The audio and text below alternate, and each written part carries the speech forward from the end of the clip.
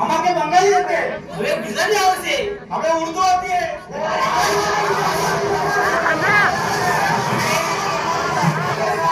अरे असे आपापले प्रांत धरून जर आपले स्वातंत्र्य सैनिक आपल्या स्वार्थासाठी, आपल्या राज्यासाठी, आपल्या भाषेसाठी लढले असते तर हा भारत स्वतंत्र झाला असता का? अगदी बरोबर. टिळक आणि सावरकरांनी फक्त महाराष्ट्रच बघितला असता. गांधींनी गुजरात, सुभाषचंद्रांनी बंगाल आणि भगतसिंगने पंजाब. आणि जर त्यावेळेला तुम्ही असता तर एकाच्या जागी शेकडो पाकिस्तान आणि बांगलादेश तयार झाले असते. पण सुदैवाने तेव्हा भारत देशाला बांधून ठेवलं एका मंत्राने. होय, एका मंत्राने. मला देश हवाय की देशाचे तुकडे? आमचा देश हवाय.